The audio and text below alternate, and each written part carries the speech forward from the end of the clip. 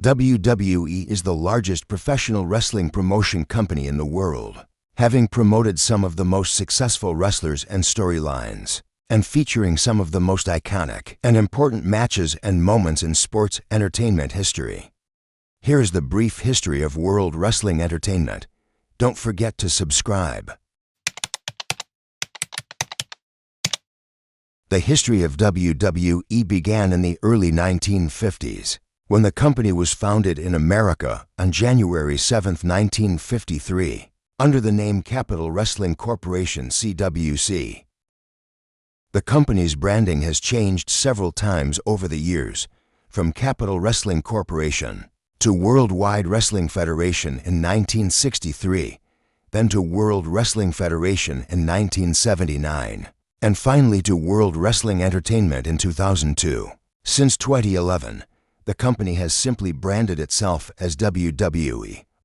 On September 12, 2023, Endeavor, the parent company of the mixed martial arts promotion Ultimate Fighting Championship (UFC), merged UFC and WWE into a new parent company called TKO Group Holdings. World Wrestling Entertainment and Ultimate Fighting Championship continue to operate as separate divisions, WWE focusing on professional wrestling and UFC on mixed martial arts. As of 2023, WWE's official legal name was changed to World Wrestling Entertainment LLC, although the brand name remains WWE.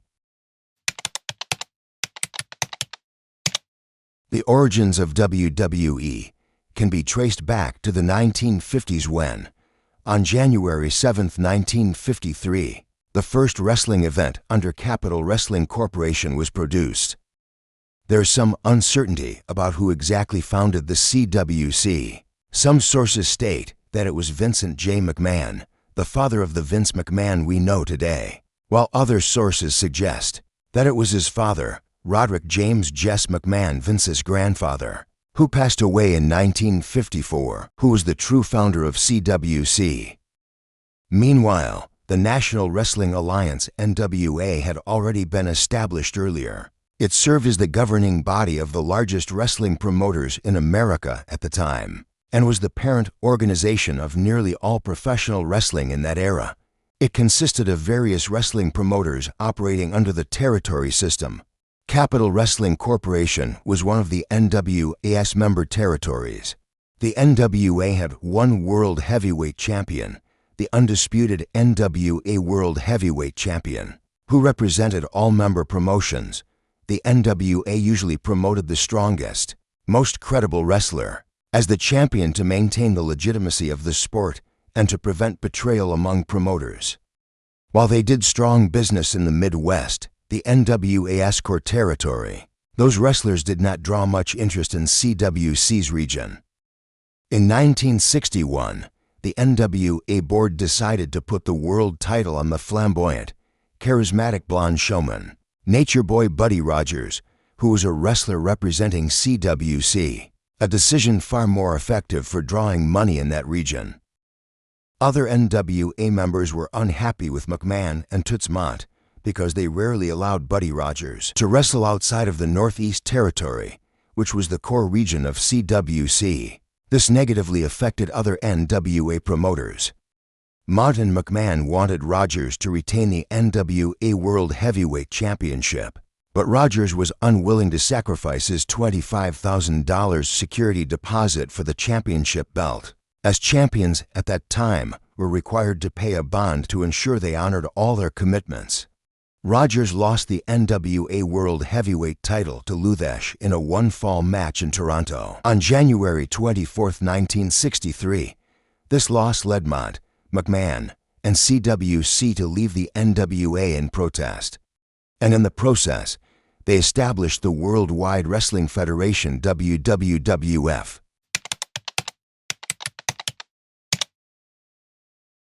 The Worldwide Wrestling Federation was formed on January 24, 1963.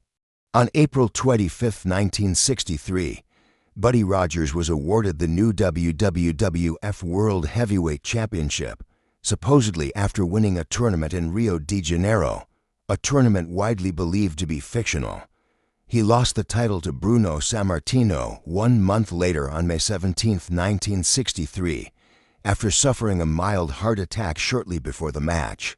To accommodate Rogers' condition, the match was planned to last under 1 minute.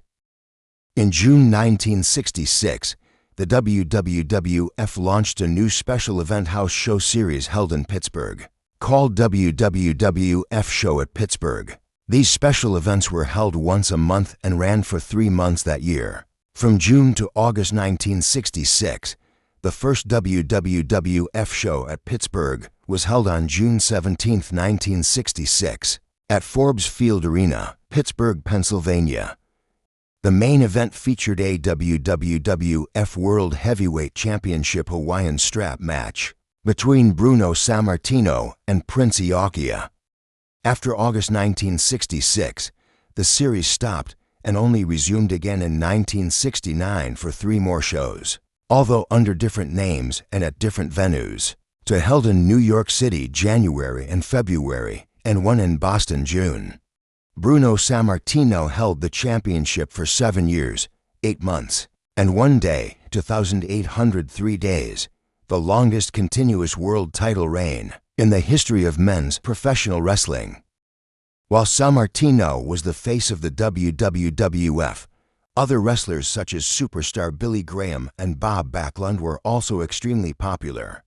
The WWF began gaining major popularity during the 1970s by hosting large-scale events at Shea Stadium, creating a new special event series called WWF Showdown at Shea in 1972, 1976, and 1980. In 1972, Bruno Sammartino headlined, wrestling Pedro Morales to a 75-minute time limit draw. In 1976, the main event was the legendary boxer versus wrestler match between Muhammad Ali and Antonio Inoki, which ended in a draw. Sammartino also defended his WWF World Heavyweight Championship against Stan Hansen on this show. In 1980, Sammartino headlined again, defeating Larry Zbyszko inside a steel cage. Attendance growth: 1972, 22,508, 1976, 32,000, 1980, 36,195. The continuous rise in attendance made the WWF increasingly famous and significantly larger. Additionally, the WWF began airing a new monthly television program called WWF from MSG Network in 1976. This greatly strengthened the WWF's business across the entire Northeast megalopolis region. The WWF continued to utilize previously popular wrestlers such as Captain Lou Albano, Grand Wizard of Wrestling Ernie Roth, and Classy Freddie Blassie as managers for the heel opponents, who were positioned as Bruno Sammartino's villains. At this time, only babyface wrestlers, the fan favorites, were allowed to have long world title reigns. Wrestlers like Bruno Sammartino, Pedro Morales, and Bob Backlund all held the title for more than 1 year.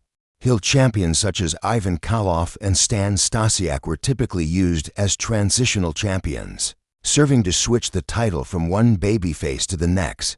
They rarely held the belt for longer than a single month-long program, before dropping it to the next babyface.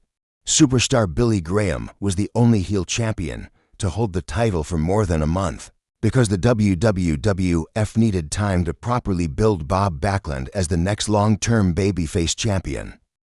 The WWF was relatively conservative and subdued in its promotional style for the era. They preferred to run their main event programs monthly, rather than weekly or bi-weekly. Their programs typically involved a babyface champion defending the title against a heel challenger, across 1 to 3 matches in each scheduled city. For longer programs, the heel would often win the first encounter through an unusual or controversial finish, such as a count-out or excessive bleeding, before the babyface champion would ultimately retain the title in a violent blow-off match, such as a steel cage match or a Texas death match. Unlike most NWA territories, WWF main events were held mid-show, allowing the company to build the finish and momentum needed to sell tickets for the next event. Reliable and popular wrestlers like Chief Jay Strongbow would then appear at the end of the show to send the crowd home happy.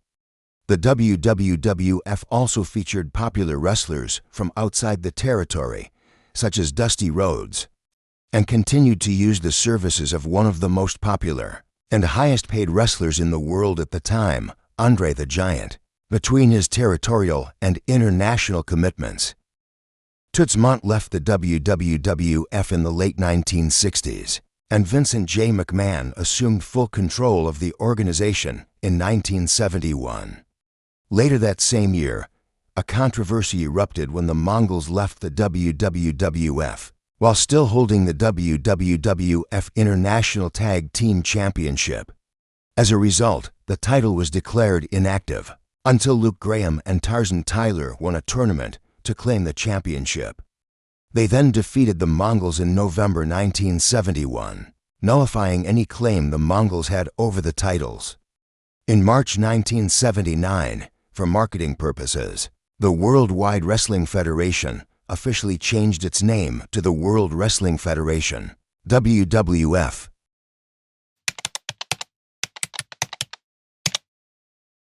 In 1980, Vincent K. McMahon, the son of Vincent J. McMahon, better known today as Vince McMahon, founded Titan Sports Inc. and filed a trademark for the initials WWF. 2 years later, in 1982, McMahon purchased Capital Sports, the parent company of the WWF, from his father and partners Gorilla Monsoon and Arnold Skaaland. Determined to fulfill his bold vision of turning the WWF into the #1 wrestling promotion in the world, Vince began an expansion process that fundamentally reshaped the entire industry.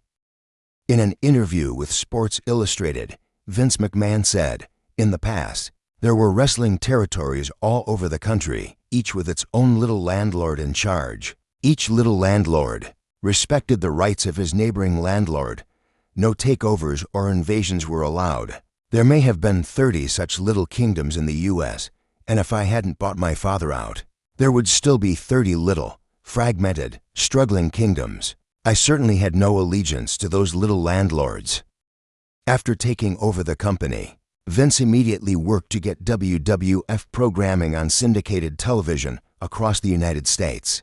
This angered other promoters and violated the unspoken territorial boundaries that wrestling promotions had respected for decades. The company used revenue from advertising, television deals, and videotape sales to acquire talent from rival promoters. Capital Sports already controlled most of the Northeast, but Vince wanted the WWF to become a national wrestling promotion, something the NWA strongly opposed. Vince pulled the WWF out of the NWA, just as the American Wrestling Association had controlled the upper Midwest. To become the dominant national promotion, the World Wrestling Federation had to grow bigger than the American Wrestling Association or any NWA territory.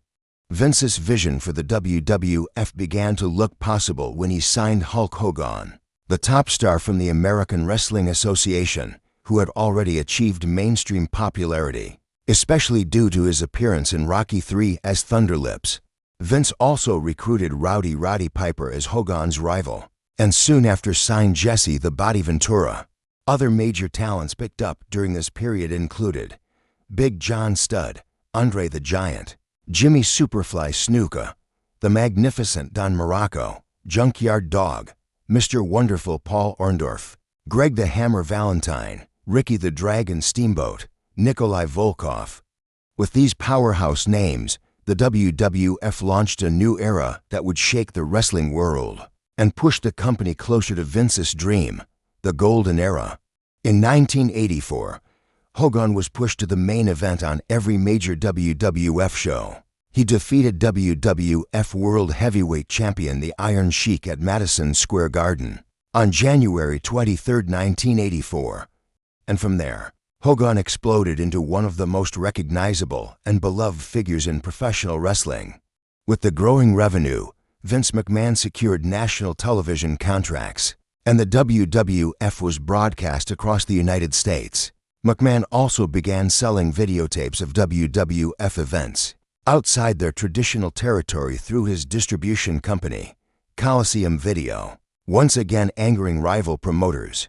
WWF's syndicated programming forced other promoters into direct competition with the WWF. With increased income, Vince continued signing more talent, including Brutus Beefcake, Tito Santana, Jake the Snake Roberts, Butch Reed, and Hacksaw Jim Duggan.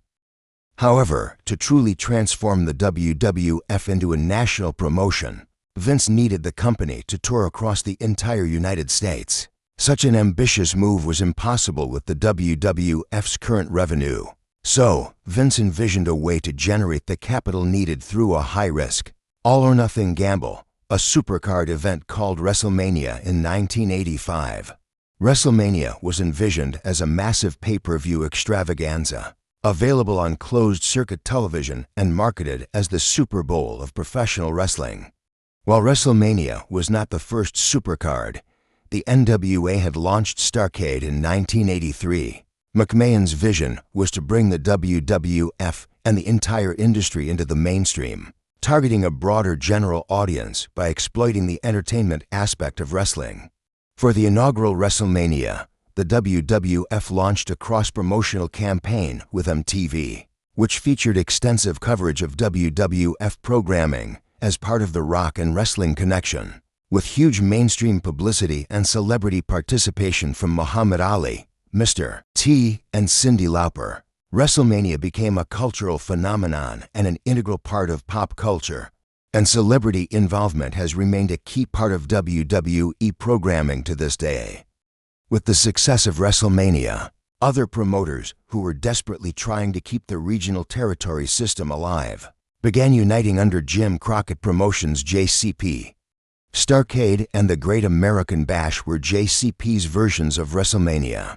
But even within its own territory, JCP struggled to match the momentum and success of the WWF. After Ted Turner purchased most of JCP's assets, the promotion became World Championship Wrestling WCW, the company we all know today. WCW was the only promotion capable of competing with the WWF until 2001, when WCW and all its brands were ultimately purchased by the WWF as well. This cemented WrestleMania as the one and only major supercard event and turned it into an annual global phenomenon, broadcast in nearly 150 countries and close to 20 different languages. Perhaps the peak of the 1980s wrestling boom was WrestleMania 3 at the Pontiac Silverdome, which set a claimed attendance record of 93,173. The main event saw Hulk Hogan defending the WWF Championship against Andre the Giant. Hogan and Andre would meet again on February 5, 1988, on WWF The Main Event, which drew a 15-point Nielsen rating and 33 million viewers, the highest viewership in professional wrestling history, with Andre winning this encounter. Vince McMahon used WrestleMania's success to build more annual pay-per-view events, such as SummerSlam, Royal Rumble, and Survivor Series. The unique match concepts in Royal Rumble and Survivor Series made those events fan favorites that continue to be celebrated today. These four events together became known as the Big Four of WWF programming into the modern era. Alongside these successful pay-per-views, the WWF also became aggressive in expanding its weekly television programming, including shows such as WWF Primetime Wrestling, WWF Superstars of Wrestling, and WWF Wrestling Challenge. Throughout the 1980s, Hulk Hogan achieved worldwide fame and was portrayed as a true American hero. Hogan's run as the face of the WWF continued until he left the company in the summer of 1993. Other major stars such as Macho Man Randy Savage, Rowdy Roddy Piper, The Ultimate Warrior, The Honky Tonk Man, Million Dollar Man Ted DiBiase, and many others helped lead WWF to massive financial success during this era. Beyond individual talent, several wrestlers became more famous through their work in tag teams. Tag teams such as Demolition, Strike Force, the Hart Foundation, the British Bulldogs, the Rockers, and the fabulous Rougeau helped establish a powerful and memorable tag team division in the WWF. Near the end of the Golden Age, Bret Hart of the Hart Foundation began to emerge as a top singles star, highlighted by his memorable match against the British Bulldog Davey Boy Smith. At SummerSlam 1992, Bret would eventually win the WWF Championship from Ric Flair later that year, and also win the King of the Ring tournament. The departure of many major WWF stars and the emergence of Bret Hart as a new megastar, beloved by fans, led the WWF into a new era known as the New Generation Era. In 1991, it was reported that Hulk Hogan, Roddy Piper, Rick Martel, Brian Blair, and Dan Spivey testified that they had purchased steroids from WWF physician Dr. George T. Zahorian, who was indicted for distributing illegal substances. 2 years later, Vince McMahon himself was indicted in connection with Zahorian's case. If convicted, he faced up to 8 years in prison and a $500,000 fine. The trial began on July 7, 1994. Prosecutors claimed they would expose the dark and corrupt side of the WWF, accusing McMahon of distributing steroids like candy and pressuring wrestlers to use them. Wrestler Nails testified that McMahon once told him, "I strongly suggest that you stop." Days later, Hulk Hogan admitted that steroid use was common among WWF wrestlers, but denied ever being pressured by McMahon. A week later, McMahon was acquitted of all charges, stating afterward, "I'm elated. Just like in wrestling, in the end, the good guys always win." With business declining in 1992 due to negative press from the steroid scandal and additional accusations of sexual misconduct involving ring boys and referee Rita Chatterton, McMahon began pushing younger talent into the spotlight over the next few years. By mid-1993, stars such as Bret Hitman Hart, Shawn Michaels, The Undertaker, Razor Ramon Diesel, Lex Luger, Yokozuna, Owen Hart, Crush, Tatanka, and others became the faces of what the WWF officially branded as the New Generation. The King of the Ring 1993 pay-per-view, Hogan's final WWF TV appearance of the 1990s, and Bret Hart's rising popularity after winning the tournament, is often considered the defining beginning of the New Generation era. Hulk Hogan left the company in the summer of 1993, and Bret Hart remained one of the most popular stars of the era until his departure in 1997. Meanwhile, competition between major wrestling companies intensified. In January 1993, the WWF launched its prime-time cable program Monday Night Raw on the USA Network. In 1994, WCW signed Hulk Hogan and several former WWF stars to long-term contracts, and in 1995 launched Monday Nitro on TNT to directly compete with Raw, starting the famous Monday Night War. At WrestleMania 10 in 1994, the ladder match between Shawn Michaels and Razor Ramon received universal acclaim from fans and critics and is widely credited with revolutionizing the ladder match concept. By mid-1996, with the introduction of the New World Order NWO, a faction led by former WWF stars Hulk Hogan, Scott Hall Razor Ramon, and Kevin Nash Diesel, WCW Monday Nitro dominated TV ratings for nearly 2 years. More talent eventually left WWF for WCW, including Ted DiBiase, Curt Hennig Mr. Perfect, Women's Champion Alundra Blaze, and the 1-3 Kid X-Pac. Meanwhile, Bret Hart chose to remain with the WWF despite receiving a massive offer from WCW. At Bad Blood, In Your House in 1997, the first ever Hell in a Cell match took place between The Undertaker and Shawn Michaels, with Michaels winning thanks to interference from The Undertaker's storyline half-brother, Kane. The match received overwhelming praise, and Hell in a Cell has since become one of the most iconic gimmick matches in wrestling history. In 1997, Vince McMahon responded to WCW's success by shifting the WWF in a new direction. featuring more realistic characters and edgier storylines.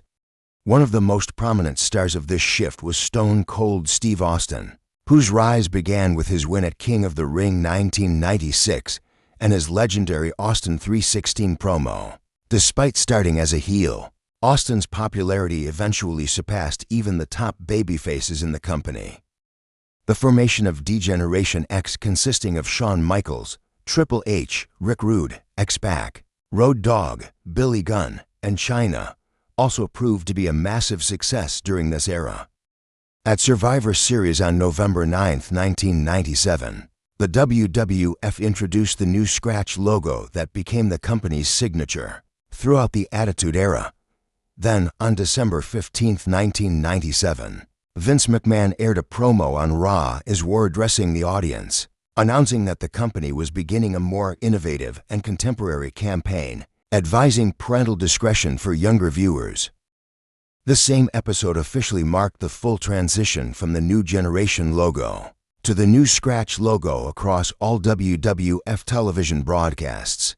In 1997, McMahon also informed Bret Hart that he could no longer afford to pay him the salary promised in his contract and encouraged him to accept the far more lucrative deal offered by WCW. Hart signed with WCW, but backstage controversy erupted during his final WWF match, the infamous Montreal Screwjob.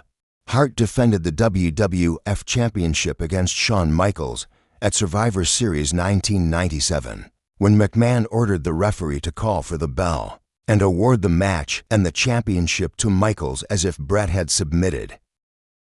While Bret Hart moved on to WCW, McMahon received enormous backlash from the media, wrestlers, and fans, which inspired him to create his new on-screen persona, the evil corporate boss, Mr. McMahon.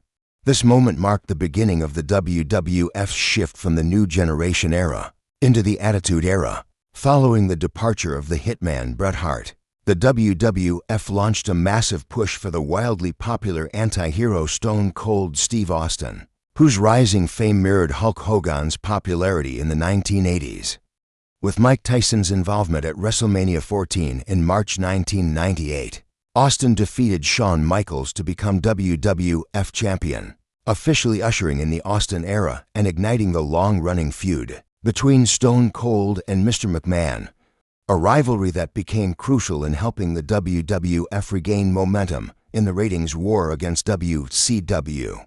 Later that year, new major talents emerged in the WWF: The Rock, Triple H, Mick Foley, Kurt Angle, The Big Show, and Kane strengthened the singles division, while factions like D-Generation X and the Nation of Domination helped the company compete with WCW's dominance. WWF head writer Vince Russo contributed heavily to the creation of D-Generation X in 1997, The Undertaker vs. Kane feud in 1998, the Austin vs. McMahon rivalry, The Rock's meteoric rise, and the three Mick Foley personas, all essential elements of the Attitude Era that helped Raw overtake Nitro in the ratings. Russo's writing style, labeled Crash TV, featured fast-paced and controversial storylines involving sexual content, profanity, edgy behavior, unexpected twists, chaotic backstage segments, short but meaningful matches, and wild promos. These elements gave WWF programming a new and exciting identity. WWF's ratings and popularity rebounded strongly. Raw's War finally beat Nitro for the first time in 84 weeks on April 13, 1998. Ratings continued to rise through 1998 and 1999. A 12-minute match between Stone Cold Steve Austin and The Undertaker earned a 9.5 rating. On June 28, 1999, still the highest-rated segment in Raw history. The Attitude Era also expanded WWF's television reach and business structure. In 1999, the WWF's parent company Titan Sports was renamed World Wrestling Federation Entertainment, Inc., WWFE, and on October 19, 1999, the company went public, offering 10 million shares at $17 each. WWF stock began trading on the New York Stock Exchange in October 2000. In 1999, WWF launched a secondary show to accompany Raw, SmackDown. Meant to compete with WCW's Thunder, the SmackDown pilot premiered on April 29, 1999, and beginning August 26, 1999, SmackDown became a weekly program. In 2000, in partnership with NBC, WWF created the XFL, a new professional football league. However, the league failed and lasted only one season. In late 1999, Vince Russo and Ed Ferrara jumped ship to WCW, leaving the WWF. They were replaced by head writer Chris Kresge, whose work was widely praised for its detailed and carefully structured storylines. This period delivered memorable story arcs such as Triple H vs. Cactus Jack feud, Triple H, Kurt Angle, Stephanie McMahon love triangle, the legendary tag team rivalry between the Hardy Boys, Edge and Christian, and the Dudley Boys. At Survivor Series 1999, WWF's top star Stone Cold Steve Austin was in storyline, run down by a car at Joe Louis Arena, causing him to be removed from television due to his real-life neck injury. At SummerSlam 2000, WWF introduced a new match type, the wildly popular tables, ladders, and chairs TLC match, where Edge and Christian defeated the Dudley Boys and the Hardy Boys for the WWF Tag Team Championship. Before WrestleMania 2000, the McMahon family was involved in an on-screen rivalry for the first time, culminating in a fatal four-way main event, a McMahon in every corner. The match featured Big Show with Shane McMahon, The Rock with Mr. McMahon, Triple H with Stephanie McMahon, Mick Foley as a commissioner with Linda McMahon. Triple H won after Mr. McMahon betrayed The Rock, marking the first time in WrestleMania history that a heel won the main event. Stone Cold Steve Austin returned to the WWF at Unforgiven 2000, and later returned to in-ring action at No Mercy, seeking revenge on Rikishi, who was revealed as the driver who ran him over at Survivor Series. Austin then won the Royal Rumble the following year and defeated The Rock for the WWF Championship at WrestleMania X7, with help from his former enemy Mr. McMahon, turning him heel. By this point, the WWF had already won the Monday Night War against WCW. In the Invasion storyline, Shane McMahon acquired World Championship Wrestling WCW in April 2001, and WCW personnel invaded the WWF for the first time since the Monday Night War. The purchase of WCW by the WWF had been widely expected to become a massive feud, especially because WWF and WCW were the two biggest wrestling promoters in the United States. However, Invasion ended up disappointing many fans. One of the primary reasons was that many of WCW's top stars were still under contract with WCW's former parent company, AOL Time Warner, not WCW itself, and therefore their contracts were not included in the acquisition. These wrestlers chose to sit out their contracts and accept financial payouts from AOL Time Warner, rather than work for the WWF for significantly less money.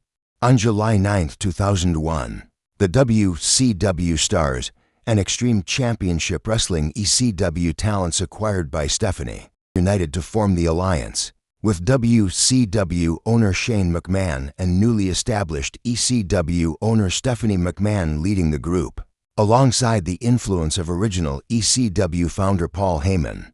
At the Invasion pay-per-view, Stone Cold Steve Austin betrayed the WWF and helped the alliance win the inaugural brawl. At Survivor Series, the WWF ultimately defeated WCW and ECW in a winner-takes-all match, officially ending the Invasion storyline. After Invasion, the WWF made several major changes to its product. Ric Flair returned to the WWF as the company's co-owner, engaging in a feud with Vince McMahon. Jerry Lawler also returned to commentary after a 9-month absence, following the on-screen firing of his replacement, Paul Heyman, by Vince McMahon. several former Alliance stars were absorbed into the regular WWF roster, including Booker T, the Hurricane, Lance Storm, and Rob Van Dam. At Vengeance 2001, Chris Jericho unified the WCW Championship and the WWF Championship, defeating both The Rock and Steve Austin on the same night to become the undisputed champion.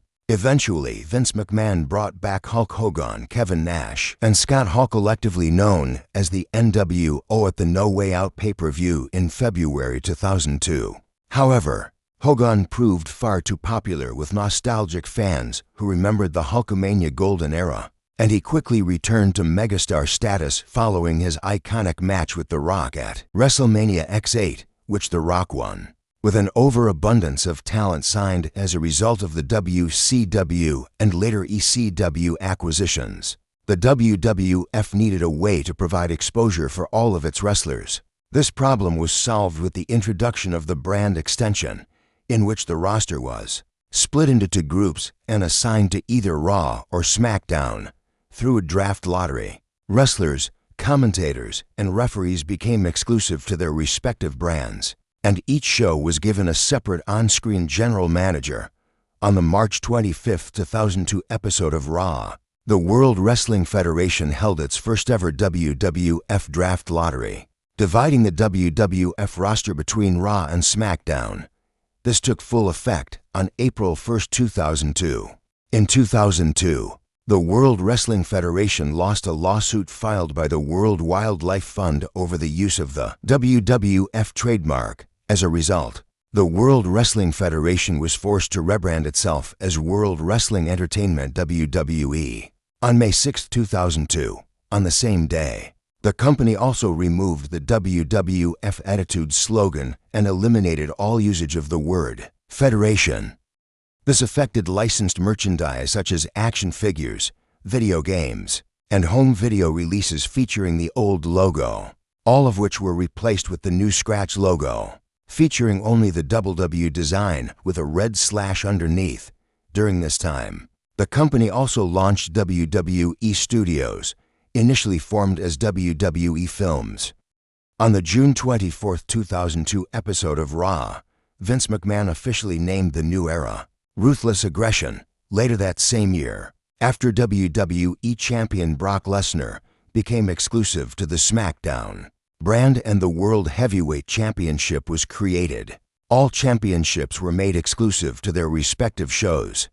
Additionally, both Raw and SmackDown began producing individual brand-exclusive pay-per-view events, with only the Big Four, Royal Rumble, WrestleMania, SummerSlam, and Survivor Series remaining dual-branded.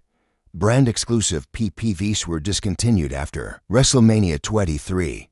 As a result, Raw and SmackDown operated as two separate promotions, with annual draft lotteries determining which talents were assigned to which brand. The system continued until August 2011, when the rosters were quietly merged and the brand extension was effectively dissolved.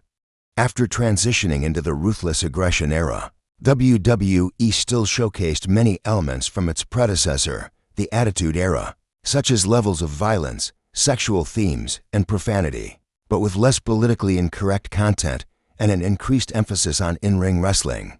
The two biggest stars of the Attitude Era, Stone Cold Steve Austin and The Rock, eventually left the company in 2003 and 2004, respectively.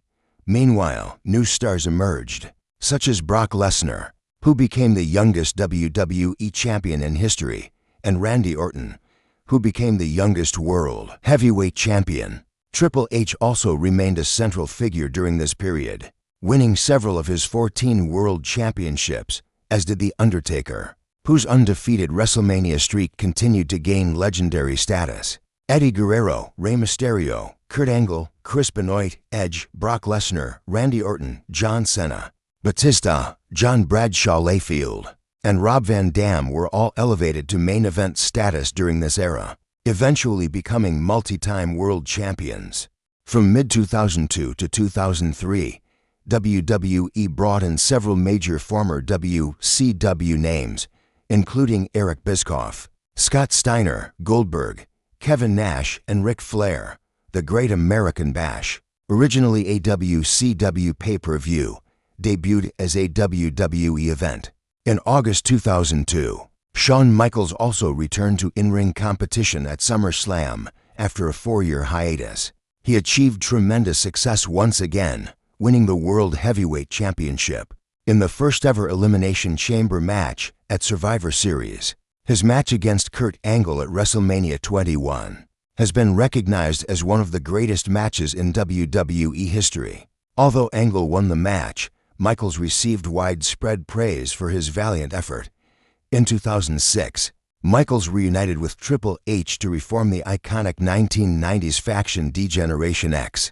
They engaged in major feuds with the Spirit Squad, the McMahon family, and the newly formed Rated RKO Edge and Randy Orton. A storyline which ended prematurely after Triple H suffered a torn quadriceps in early 2007. At New Year's Revolution, Eddie Guerrero, from the legendary Mexican Guerrero wrestling family, found extraordinary success during this period.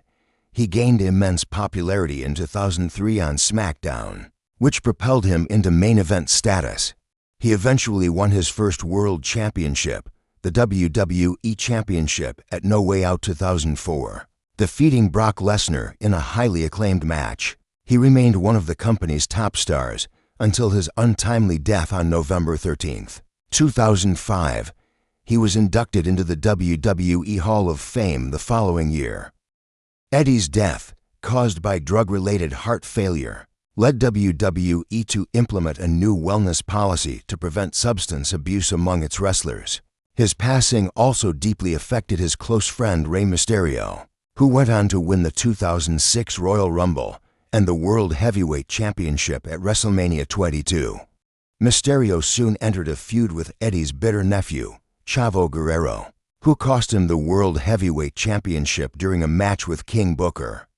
During this rivalry, Mysterio suffered a knee injury that sidelined him through the rest of 2006 and much of 2007, interrupting his push as a top-tier main event star. He returned at SummerSlam 2007, defeated Chavo Guerrero, and remained one of WWE's most beloved fan favorites. John Cena was one of the breakout stars of the Ruthless Aggression era. Upon debuting, Cena quickly became popular thanks to his White Trapper, Doctor of Thugonomics gimmick on SmackDown. He earned a WWE Championship match against Brock Lesnar at Backlash 2003 and had a major feud with The Undertaker that summer. At WrestleMania 21, Cena won his first World Championship by defeating John Bradshaw Layfield for the WWE Championship. Cena's popularity skyrocketed when he was drafted to Raw, where he rapidly became the new face of WWE, an ascent not seen since the days of Austin and Hulk Hogan. Cena's fame led him to become the Make-A-Wish Foundation's all-time leading wish maker, granting over 500 wishes by August 2017. He secured victories over veteran stars Triple H and Shawn Michaels in the main events of WrestleMania 22 and WrestleMania 23. Another popular star of the period was ECW's Bobby Lashley, whom Cena defeated in a highly praised match at the Great American Bash 2007, shortly before Lashley left WWE. After suffering a shoulder injury in mid-2007, Cena made a shocking return in the 2008 Royal Rumble match, entering at number 30 and winning, one of the most iconic comebacks in WWE history. Triple H, Randy Orton, Ric Flair, and Batista formed the dominant heel faction Evolution, which thrived between 2003 and 2005 before eventually dissolving. Beginning in early 2005, Batista's popularity soared similarly to Cena's. He won the 2005 Royal Rumble and the World Heavyweight Championship at WrestleMania 21 by defeating Triple H. Later that year, Batista again beat Triple H in a highly acclaimed Hell in a Cell match at Vengeance. Despite major success, Batista suffered an injury in early 2006 and missed that year's WrestleMania. After returning and winning another world title, Batista faced The Undertaker at WrestleMania 23 in 2007 in a classic match. Though he ultimately lost, Batista later managed to defeat The Undertaker at Cyber Sunday. Cena and Batista faced each other for the first time at SummerSlam 2008, with Batista emerging victorious. Randy Orton rose to fame during this period, becoming the youngest world champion in WWE history at age 24 by defeating Chris Benoit at SummerSlam 2004. Nicknamed the Legend Killer, he went on to feud with legendary wrestlers such as The Undertaker and Hulk Hogan, facing them at WrestleMania 21 and SummerSlam 2006 respectively. Alongside Edge, he formed the villainous tag team Rated RKO, achieving success in the tag division. After returning to singles competition, Orton became a multi-time WWE champion. In 2007, he began a long-running rivalry with John Cena that lasted until 2014. Orton also feuded extensively with his former Evolution leader Triple H, defeating him in a last man standing match at No Mercy 2007, but losing to him in another last man standing match at One Night Stand 2008. Rising star CM Punk debuted on WWE's main roster in 2006, competing at Survivor Series that year in a 5-on-5 elimination match as part of Team DX, in a clean victory over Team Rated RKO. In 2008, he won the Money in the Bank briefcase, and on the June 30th episode of Raw, cashed it in on World Heavyweight Champion Edge to win the title. On the same night, he defended the championship in the main event against John Bradshaw Layfield and successfully retained it. The final WWE event to receive a TV rating geared toward adult audiences was the Great American Bash 2008, where Triple H defended the WWE Championship against Edge in the main event. After this event, WWE transitioned to family-friendly TV PG programming. In 2004, WWE began reintroducing Extreme Championship Wrestling through content from the ECW video library and a series of books, including the release of The Rise and Fall of ECW. On May 26, 2006, WWE officially relaunched the ECW brand with its own weekly television show on NBC Universal's Sci-Fi channel, later renamed Sci-Fi, airing from June 13, 2006. Although there were initial concerns that professional wrestling might not appeal to the sci-fi demographic, network president Bonnie Hammer stated that she believed ECW fit the channel's theme of expanding the imagination. On June 13th, Paul Heyman, the former ECW owner and the newly appointed on-screen figurehead of the ECW brand, reinstated the ECW World Heavyweight Championship as the brand's world title and awarded it to Rob Van Dam following his WWE Championship victory at One Night Stand 2006. Under the WWE banner, ECW was presented in a modernized format compared to the original independent promotion, with match rules such as countouts and disqualifications returning as standard. Matches featuring classic ECW stipulations were classified as being contested under Extreme Rules. ECW continued to operate until February 16, 2010, when it was officially shut down. In the summer of 2008, WWE began distancing itself from the edgier content of previous years, shifting toward a more conservative approach.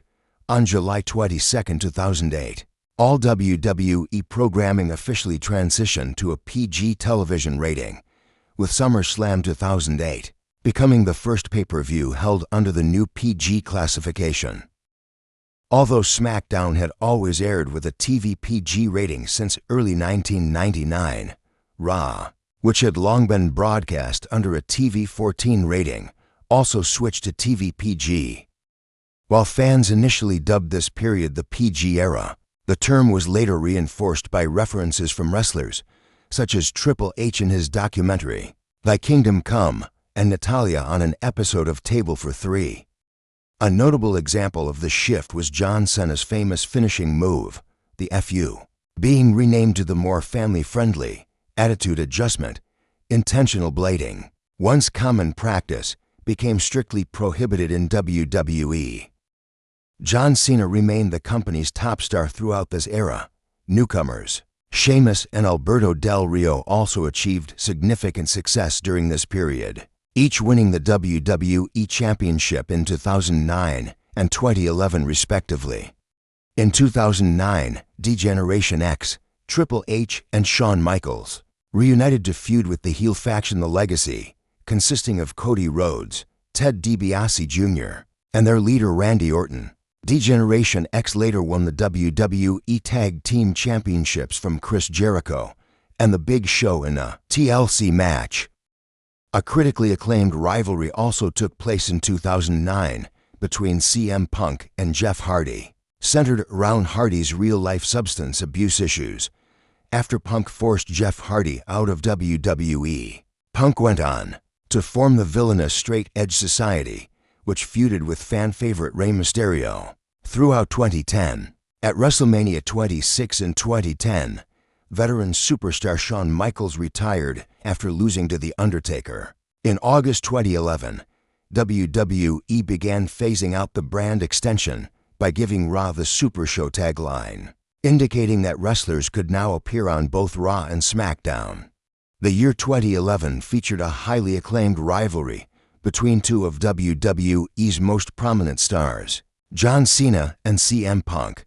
Their match at Money in the Bank on July 17, 2011, is widely regarded as one of the greatest matches in WWE history, with Punk emerging victorious. Punk, who had become a top star during the summer of 2011, thanks to his now iconic pipe bomb promo, won the WWE Championship at Survivor Series 2011 and held it for 434 days, before losing to The Rock at the 2013 Royal Rumble. Punk's reign was recognized by WWE as the longest WWE Championship reign in 25 years. The Rock held the title until he was defeated by John Cena at WrestleMania 29. In a rematch from the previous year, the popular faction, The Shield, rose to prominence during this era, participating in numerous major storylines. On December 15, 2013, the World Heavyweight Championship and WWE Championship were unified in a TLC match between John Cena and Randy Orton, which Orton won. The unified title was briefly called the WWE World Heavyweight Championship, before soon reverting back to simply the WWE Championship. On February 23, 2010, WWE launched a new program on Sci-Fi called NXT. The concept was a reality-style show featuring 8 new talents rookies, mentored by established WWE wrestlers pros, running for over 3 months, with its first season concluding on June 1, 2010. The season was won by Wade Barrett under the mentorship of Chris Jericho. 6 days after the season finale, the former rookies, now calling themselves the Nexus, interfered in the main event of Raw between John Cena and CM Punk, attacking both wrestlers and the ringside announcers before dismantling the ring area. During the segment, Daniel Bryan choked ring announcer Justin Roberts with his tie, an act WWE considered too violent for their family-friendly programming. As a result, WWE legitimately released Bryan from his contract. However, due to overwhelming fan backlash, Bryan was soon rehired and joined Team WWE against Team Nexus at SummerSlam 2010 in a 7-on-7 elimination tag match, which Team WWE won. NXT continued for 3 more full seasons, won by Caval, Kaitlyn, and Johnny Curtis. The 5th season, titled NXT Redemption, featured former NXT competitors and quietly concluded with Derek Bateman as the final remaining participant. Eventually, the show evolved into WWE's new official developmental brand, replacing Florida Championship Wrestling. NXT was based at Full Sail University in Orlando, Florida, from 2012 to 2020. In late 2020, NXT left Full Sail and moved to the WWE Performance Center, also in Orlando. From October 2019 to September 2021, NXT was promoted as WWE's 3rd main brand alongside Raw and SmackDown. But in September 2021, it was rebranded as NXT 2.0, returning to developmental status. 1 year later, the 2.0 branding was dropped. In 2013, Daniel Bryan became one of WWE's most popular performers. On several occasions, fans hijacked segments that did not involve him, or only involved him peripherally, by loudly chanting his signature yes. The night after the 2014 Royal Rumble, CM Punk abruptly walked out of WWE, feeling he had been mistreated by company officials, while also suffering from a misdiagnosed staph infection. Meanwhile, fan outrage over WWE's handling of Bryan's character led to unplanned changes for the WrestleMania. On the March 24, 2014 episode of Raw, Bryan's rival Triple H labeled this period in WWE as the reality era. Bryan was ultimately added to the main event of WrestleMania 30, where he defeated Randy Orton and Batista in a critically acclaimed triple threat match to win the WWE World Heavyweight Championship. Also at WrestleMania 30, The Undertaker was defeated for the first time in his legendary WrestleMania streak, losing to Brock Lesnar after 21 consecutive victories dating back to 1991. Brock Lesnar later defeated John Cena at SummerSlam to win the WWE World Heavyweight Championship. This moment was widely viewed as the symbolic end of Cena's reign as the face of the company, a role he had held since 2005. Lesnar continued to be portrayed as the most dominant wrestler of the era. The introduction of the WWE Network and the WWE Performance Center were major innovations of this time. In a 2015 episode of the Stone Cold podcast on WWE Network, both Triple H and Stone Cold Steve Austin stated that kayfabe is dead in modern WWE, with Triple H acknowledging that today's fans are more informed about backstage operations and wield more influence than ever before. The triple threat match at Royal Rumble 2015 between Seth Rollins, John Cena, and Brock Lesnar received widespread critical acclaim and is often regarded as one of the best matches of the year. The WWE United States Championship Open Challenge match between champion John Cena and challenger Cesaro on the July 6, 2015 episode of Raw was also highly praised, being recognized as one of the greatest matches in Raw history and receiving a Slammy Award for Best U.S. Open Challenge Match. WCW legend Sting, long known as the greatest wrestler to never work for WWE, made his WWE debut at Survivor Series 2014 and wrestled his first WWE match at WrestleMania 31 against Triple H, which Triple H won. Also at WrestleMania 31, Seth Rollins became the first person to cash in the Money in the Bank contract at WrestleMania, doing so during the main event between Brock Lesnar and Roman Reigns for the WWE Championship, turning it into a triple threat match and winning the title. The moment became known as the heist of the century. WrestleMania 32 in Arlington drew the largest crowd ever to attend a WWE event, surpassing a disputed 100,000 attendees. In the main event, Roman Reigns defeated Triple H to win the WWE World Heavyweight Championship.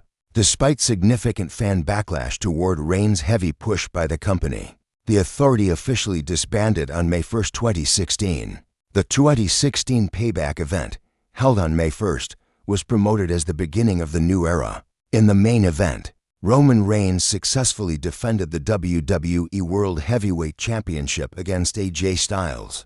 Reigns continued to be prominently featured throughout this era. In July 2016, WWE reintroduced the brand split, similar to the one established in 2002.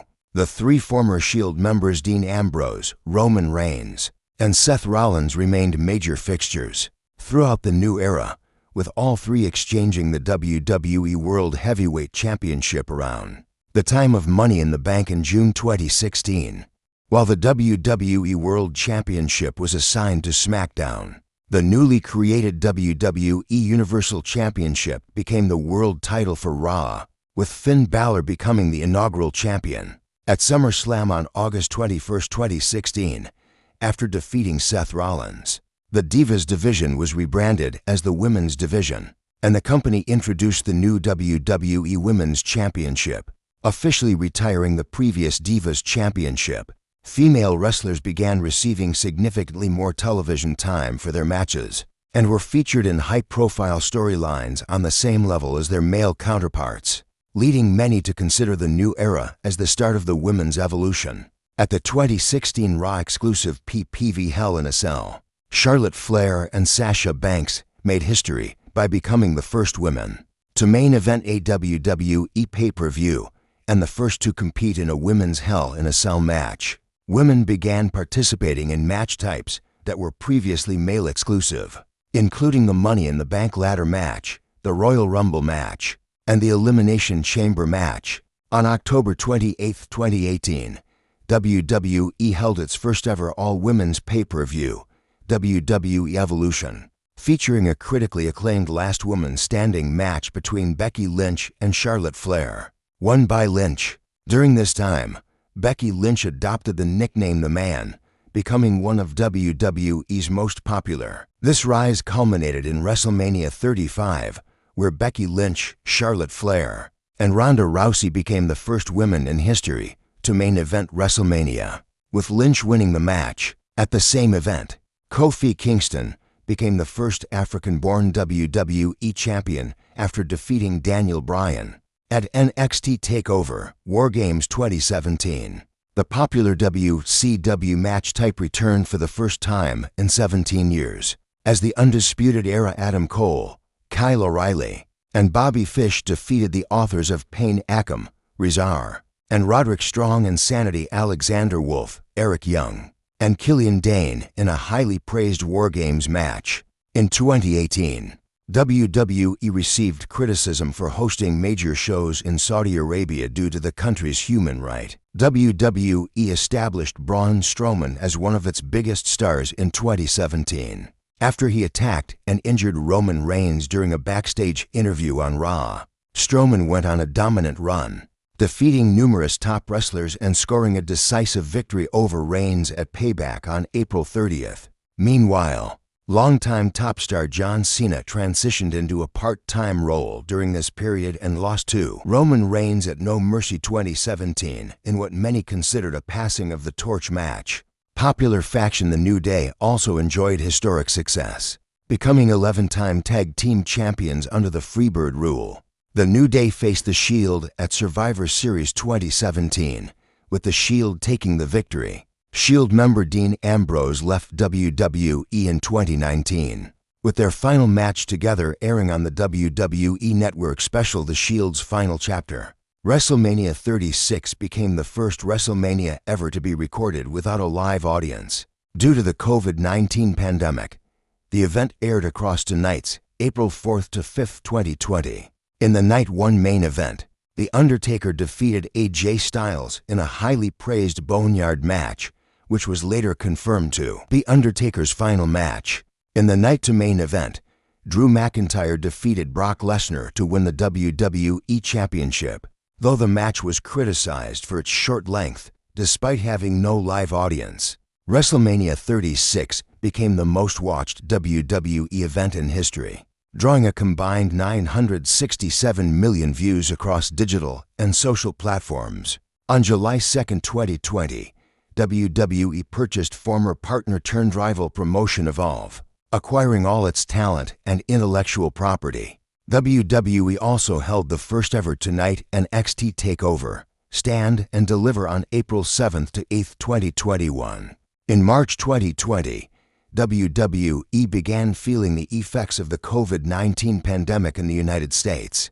The March 11th episode of NXT was taped without an audience at the WWE Performance Center in Orlando, following the closure of locker rooms to the media across major U.S. sports leagues 2 days earlier.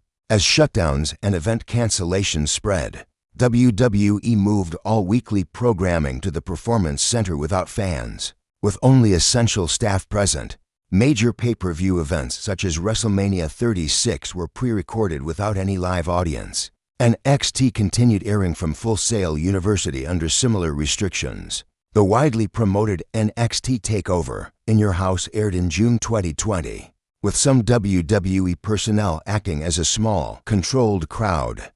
Live broadcasts returned on April 13th, though the no-audience setting remained. WWE told ESPN.com, "We believe it's now more important than ever to give people a distraction. During these difficult times, and that our programming brings families together and provides a sense of hope, determination, and perseverance. It was later reported that Florida Governor Ron DeSantis had designated WWE as an essential business for the state's economy, adding a special exemption in Florida's stay-at-home order for professional sports and media production without live audiences, but with national distribution. The decision drew controversy, as media outlets noted the exemption was granted the same day a pro-Trump political committee, led by former Trump cabinet member Linda McMahon, pledged $18.5 million in advertising spending in Florida while Vince McMahon was named to President Trump's advisory group for reopening the U.S. economy. On April 15th, WWE enacted a large wave of budget cuts and layoffs in response to the pandemic, including releasing numerous wrestlers and staff members. WWE executives also took pay cuts, and construction of WWE's new corporate headquarters was delayed by at least 6 months. The mass releases led to widespread backlash from fans and media. Business Insider reported fans were furious, and numerous outlets pointed out that WWE cited economic impact, while simultaneously claiming to have substantial financial reserves totaling nearly $500 million in cash and credit. Beginning in August 2020, WWE moved its events to a new arena setup called the WWE Thunderdome, a biosecure bubble featuring virtual fans displayed across nearly 1,000 LED boards. Inside the arena, WrestleMania 37, held in April 2021, became WWE's first major event outside the Thunderdome to feature a live audience. Though at limited capacity, marketed with the slogan "Back in Business," the show took place over 2 nights with a disputed combined attendance of 51,350 fans. The period from the start of the pandemic until WrestleMania 37 is often referred to as the Thunderdome era. With the gradual lifting of COVID-19 restrictions during the first half of 2021, WWE returned to hosting live audiences for WrestleMania 37, held on April 10th and 11th, 2021. Paying fans, although in reduced capacity, attended the event at Raymond James Stadium in Tampa, Florida. The 2-night show was promoted as WWE being back in business. Bobby Lashley, who had left WWE in 2008 and returned in 2018 after a decade away, won the WWE Championship in 2021 and defeated Drew McIntyre on night 1 of WrestleMania 37 to retain his title. Bianca Belair became a dominant star in the women's division in 2021 after winning the 2021 Women's Royal Rumble and defeating Sasha Banks in the night 1 main event of WrestleMania 37. To win the SmackDown Women's Championship. On the April 30th, 2021 episode of WWE SmackDown, fan favorite Daniel Bryan lost to Roman Reigns in a title versus career match for the Universal Championship and subsequently left WWE. WWE NXT underwent a major overhaul into NXT 2.0 beginning September 14, 2021. WWE resumed full-time touring with full-capacity audiences on July 17th, beginning with a live SmackDown broadcast from Dickies Arena in Fort Worth, followed the next night by the Money in the Bank PPV event at the same venue. At night 1 of WrestleMania 38 in April 2022, veteran Stone Cold Steve Austin came out of retirement after 19 years for a one-off match, defeating Kevin Owens. The following night on night 2, Roman Reigns defeated Brock Lesnar in a winner-takes-all match for the WWE Championship and WWE Universal Championship, becoming the first wrestler ever to hold both titles simultaneously.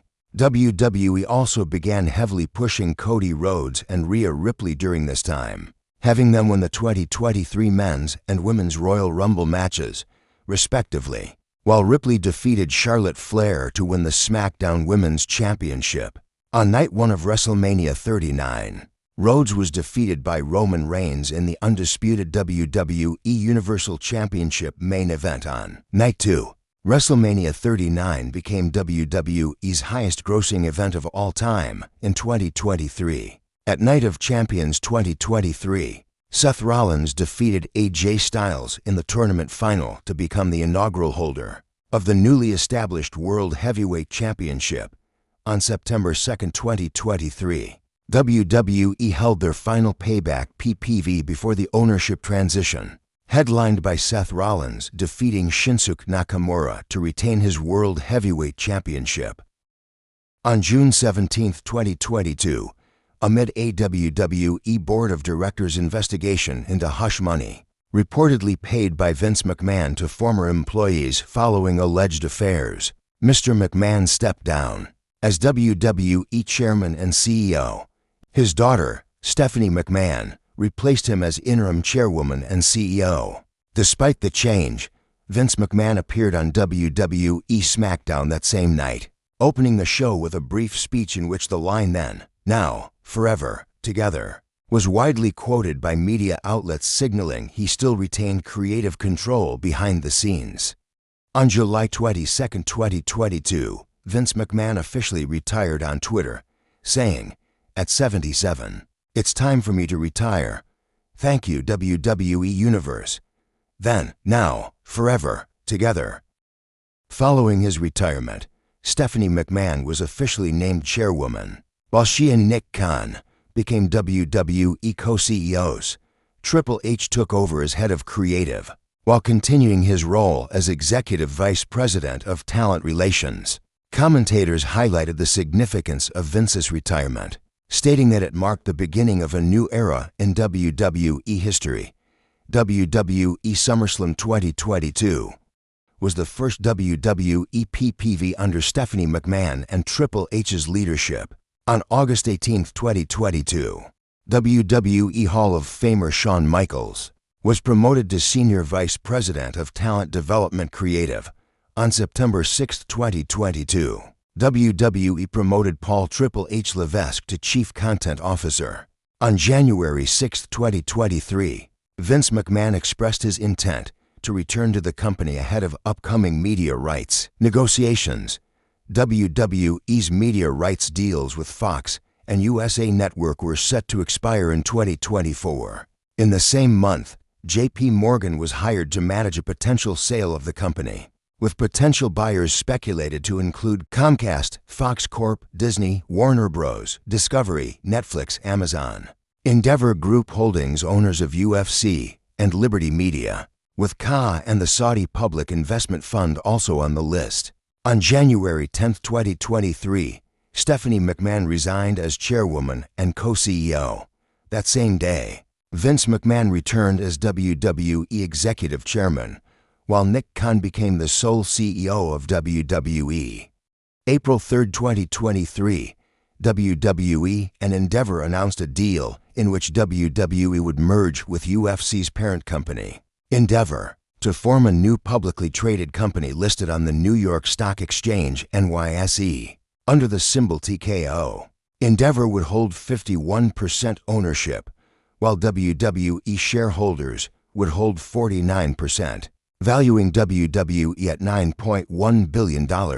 This marked the first time WWE was not majority controlled by the McMahon family. Vince McMahon would serve as executive chairman of the new entity, Endeavor CEO Ari Emanuel as CEO, and Mark Shapiro as president, and Emanuel would not take on creative duties, with WWE's head of creative Paul Levesque expected to remain in his role, while Nick Khan would become WWE president post-merger, similar to Dana White's role in UFC. The agreement also granted McMahon a lifetime tenure as executive chairman, the right to nominate 5 of WWE's representatives to the 11-member board, and veto power over certain company actions. McMahon would also retain 34% ownership of the new company, with 16% voting power. Emanuel stated that the merger would bring together two leading pure-play sports and entertainment companies and create significant operating synergies. Vince McMahon added that a family business must evolve for all the right reasons, praising Endeavor's track record with UFC, saying he believed the merger was without question the best outcome for shareholders and other stakeholders. The merger of WWE and UFC into TKO Group Holdings was completed on September 12, 2023. WWE then operated as an autonomous professional wrestling subsidiary under TKO, reorganized as a limited liability company under the legal name World Wrestling Entertainment, LLC. The first WWE event under Endeavor was the September 12, 2023 episode of NXT, which opened with Ilja Dragunov defeating Wes Lee in a singles match and was headlined by Becky Lynch, defeating Tiffany Stratton to win the NXT Women's Championship. The first WWE PPV event under TKO was NXT No Mercy on September 30, 2023. Popular wrestler CM Punk returned to WWE at the end of 2023 and in his first match back, defeated Dominic Mysterio during the WWE MSG show on December 26, 2023. On January 23, 2024, Dwayne "The Rock" Johnson joined the TKO Board of Directors. 3 days later, on January 26, Vince McMahon resigned once again due to new sexual misconduct allegations, giving Ari Emanuel greater authority as the new TKO chairman. April 1, 2024, Triple H stated that WWE had entered another new era. On April 3rd, WWE wrestler Cody Rhodes coined the term the Renaissance Era for the period. At WrestleMania XL, WWE debuted a brand new signature intro video before the opening match. Paul Triple H Levesque welcomed the fans with, "Welcome to a new time, welcome to a new era." While on night 2, Stephanie McMahon echoed the phrase, calling it the Paul Levesque era. In the main event of the final night, Cody Rhodes defeated Roman Reigns to win the undisputed WWE Universal Championship. On May 4, 2024, WWE held Backlash France, their first PPV event in France.